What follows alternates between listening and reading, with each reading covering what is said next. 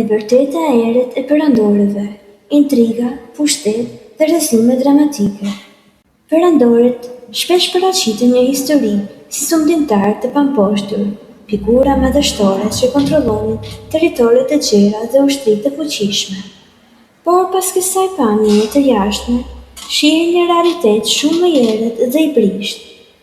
Pushteti i tyre ishte i rrethuar nga pasiguri të vazhdueshme, ku çdo vendim duhet të merrej me kujdes të jashtëzakonshëm, pasi një hap i gabuar mund të shndrohej në katastrofë. Perandori jetonte në peshën e një përgjegjësie kolosale. Ndërsa opori i tij kthehej shpesh në skenë intrigash të pafundme, ku çdo sy ishte veshkues dhe çdo buzëqeshje mund të fshinte një komplot. Intrigat ishin pjesë e pandashme e jetës së tyre. Këshilltarët gjenerale dhe anëtarët e familjes përpiqeshin të fitonin ndikim, të ndërmerrnin veprime të fshehta dhe të përmbysnin rivalet. Disa perandorë kontrollonin oborin me frikë dhe dhunë, ndërsa të tjerë përpiqeshin të ndërtonin aleanca të brishta që shpesh shtyheshin sapo ndryshonin rrethana politike. Në shumë raste, komplotet vinin nga njerëzit më të afërt, vëllezër, bashkëshortë, familje, apo komandantët që nuk e duronin më autoritetin e sundimtarit. Historia e perandorëve është e mbushur me raste helmimesh, tradhtish, marrëveshjesh të fshehta dhe lëvizjesh të papritura që ndryshuan rrjedhin e perandorëve. Pasuria dhe luksi i pallateve perandorake ishin vetëm fasada.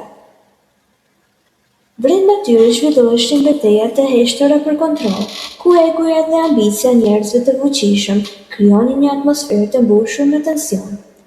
Perandori, ndonë si sundimtari suprem, ishte njëkohësisht i rrethuar nga rreziqe të padukshme, ndërsa populli e shihte si një figurë pothuajse të shenjtë.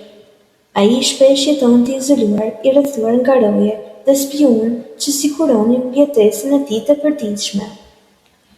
Luftërat dhe fushatat ushtarake, të cilat në histori rrëfen si triumfe madhështore, shpesh ishin rezultati i nevojës së perandorëve për të ruajtur autoritetin e tyre. Çdo humbje në fushbetejë mund të hapte rrugën rrëzimit të tyre. Prandaj shumë perandorë e përdornin luftën si mjet për të ruajtur frikën dhe respektin, por kjo i shtinte drejt rreziqeve të mëdha, që mund të përfundonin në tragjedi personale dhe shtetërore. Rrëzime dramatike janë një tjetër pjesë të vërtetës së erët të perandorëve. Shumë prej tyre humben fronin në mënyra të dhunshme, u vran nga gradat e tyre, u tradhtuan nga aleatët, u braktisin nga ushtrit ose u detyruan të aratiseshin në mjerim.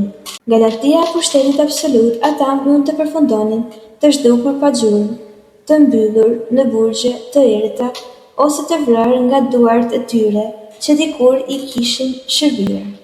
Kjo vërtetë e errët tregon se pushteti i perandorëve, megjithëse dukej absolut, ishte një thelb i lëkundur dhe i rrezikuar.